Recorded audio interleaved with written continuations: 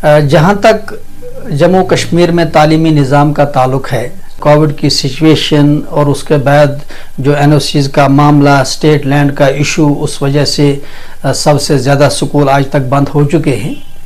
इसमें कोई शक नहीं कि तालीमी निज़ाम में बहुत हद तक कमज़ोरी आ चुकी है और ये भी हकीकत है कि सरकार भी अपनी सतह पे काफ़ी कोशिश कर रही है कि ये तालीमी निज़ाम जो है इसमें बेहतरी आए। ख़ासकर जो हमारे इस वक्त principal secretary education Shri Alok Kumar ji हैं, इससे पहले भी वही प्रिंसिपल सेक्रेटरी थे, अब दोबारा उनको ये एडिशनल चार्ज है।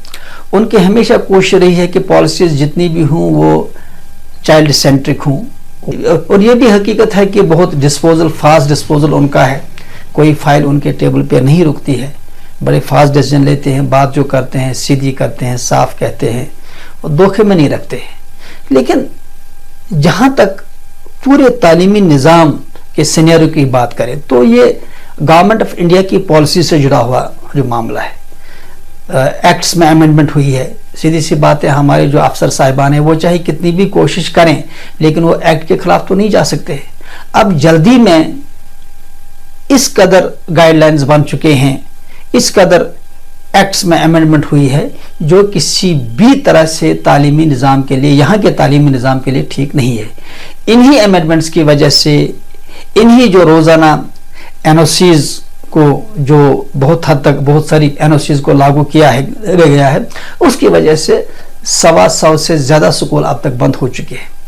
इससे पहले आउट ऑफ स्कूल चिल्ड्रन जो बच्चों की तादाद वो ज़्यादा से ज़्यादा 20-22 हज़ार हुआ करती थी, लेकिन इस वक्त तकरीबन आउट ऑफ स्कूल बच्चे जो है उनकी तादाद 1.5 लाख के आसपास है। ड्रग्स का रुझान भी बढ़ता जा रहा है और जो सोशल इवल्स हैं वो भी बढ़ते जा रहे हैं।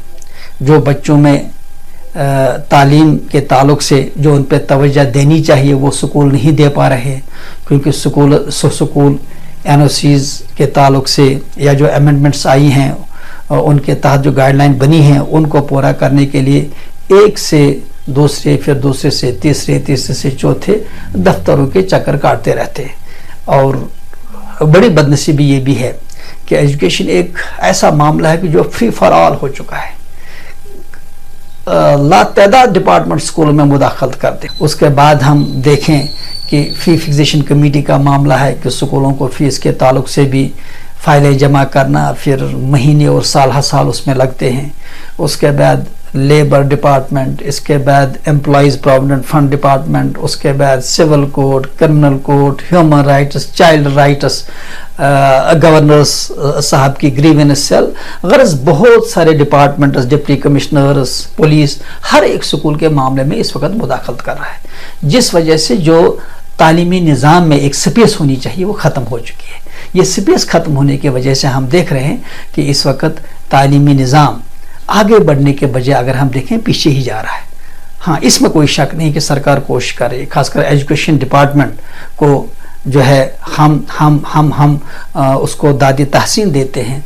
हम सरकारी एजुकेशन डिपार्टमेंट की कोशिशों को वेलकम करते हैं कि उनकी कोशिशें ऑन फील्ड बहुत हैं, वो कोशिश कर रहे हैं कि तालीमी निज़ाम किसी तरह से ट्रैक पर रहे। लेकिन देखिए जो एक्ट्स बने हैं, जो आज तक अमेंडमेंट्स लाई हैं, उनकी वजह से तालीमी निज़ाम को ट्रैक पर रखने में काफ़ी दिक्कतें हो रही हैं। मेरी गुजारिश है, खासकर इस वक्त चूँकि आलोक जी हमारे प्रिंसिपल सेक्रेटरी हैं, वो बहुत ही डायनेमिक ऑफिशियल है, उनसे गुजारिश है, चीफ सेक्रेटरी साहब से गुजारिश है, एलजी एडमिनिस्ट्रेशन से गुजारिश है कि कम से कम एजुकेशन पॉलिसीज़ को रीथिंक करें, रिविजिट करें, एक बार देखें क्या वजह है कि सिटीज़, टाउन्स, सिटीज़ की बात करें तो 50% बल्कि 80% से ज़्यादा बच्चे प्राइवेट स्कूलों में पढ़ते हैं। गाँव देहात में ये तकरीबन रिवर्स मामला है, वहाँ चूँकि ज़्यादा सरकारी स्कूल हैं।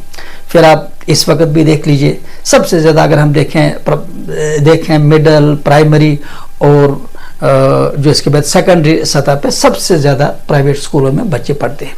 और हकीकत भी यही है कि तालीमी निज़ाम में इन्हीं क्लासों का ज़्यादा रोल जो रहता है।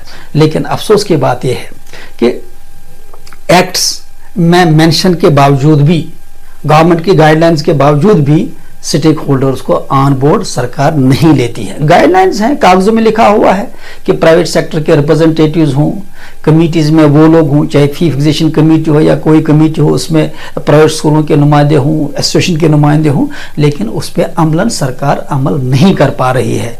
मैं बार बार कहता हूँ कि ये अफसोस है, कि अलमिया है कि जब एक बच्चा सरकारी स्कूल में जाता है तो पूरा सिस्टम उसको सपोर्ट के लिए खड़ा होता है, लेकिन यही गरीब बच्चा अगर प्राइवेट स्कूल में जाता है तो पूरा सिस्टम हॉस्टाइल हो जाता है। इन पॉलिसीज को रिविजिट करने की ज़रूरत है।